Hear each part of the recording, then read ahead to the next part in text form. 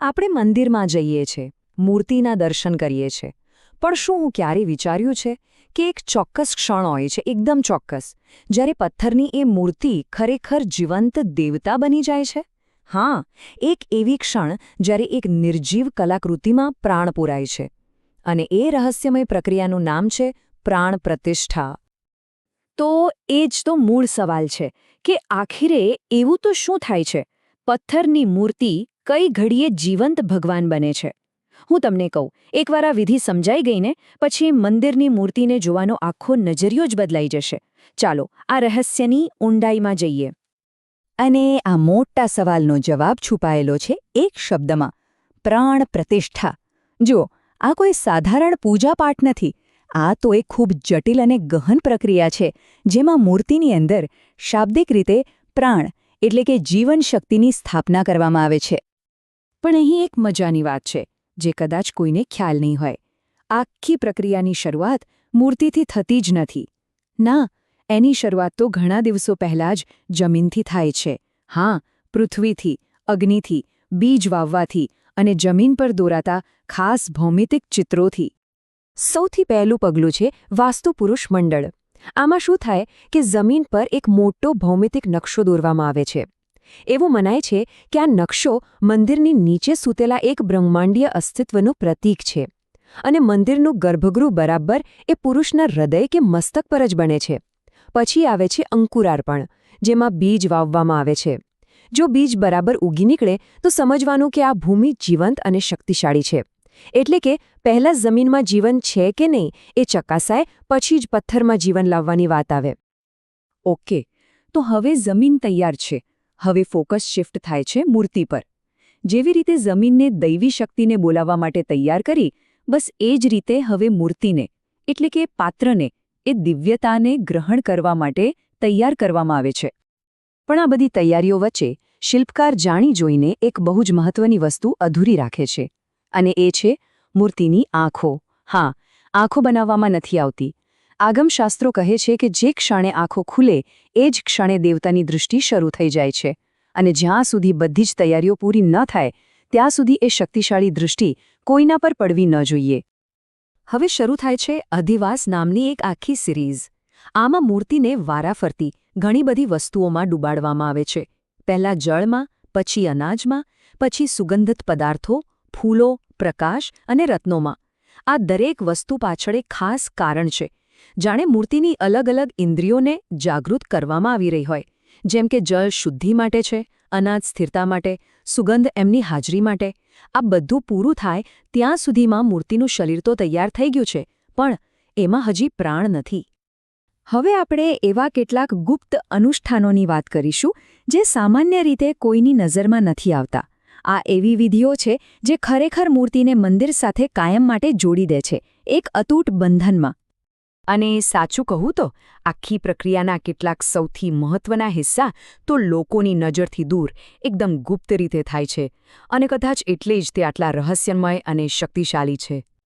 મૂર્તિને એના આસન પર સ્થાપિત કરતા પહેલાં પૂજારીઓ એક ખાસ પ્રકારનું ગુંદર તૈયાર કરે છે, જેનું નામ છે અષ્ટબંધન. એના નામ પ્રમાણે જ એ શંખનો પાવડર, ગુંદર અને બીજી કેટલીક ગુપ્ત જડીબુટ્ટીઓ જેવી 8 વસ્તુઓમાંથી બને છે. આ ખાસ મિશ્રણને મૂર્તિ અને એના પાયા વચ્ચે લગાવવામાં આવે છે, જે દેવતા અને પૃથ્વી વચ્ચે એકદમ મજબૂત, અતૂટ બંધન બનાવે છે. અને આનાથી પણ વધુ ગુપ્ત એક વિધિ છે જેનું નામ છે ગર્ભન્યાસ. આમાં મૂર્તિના પાયાની નીચે એક નાનકડી ખાલી જગ્યામાં પૂજારીઓ યંત્રો, અલગ અલગ ધાતુઓ અને નવરત્નો મૂકે છે. તમે એને મંદિરનું એક પ્રકારનું ઇન્ટરનલ વાયરિંગ કે પછી એક કોસ્મિક સર્કિટ સમજી શકો છો. આ ગુપ્ત વસ્તુઓ અંદર મુકાય પછી જ એની ઉપર મૂર્તિને અષ્ટબંધનથી જોડવામાં આવે છે.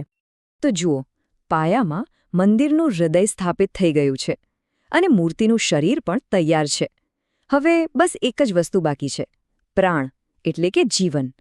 અને હવે આપણે પહોંચી ગયા છીએ એ અંતિમ અને સૌથી શક્તિશાળી ક્ષણ પર. હવે આવે છે નેત્રોન્મિલન એટલે કે આંખો ખોલવાની વિધિ.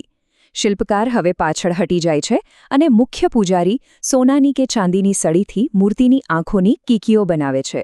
ઘણી જગ્યાએ તો મૂર્તિની બરાબર સામે એક અરીસો રાખવામાં આવે છે. કેમ?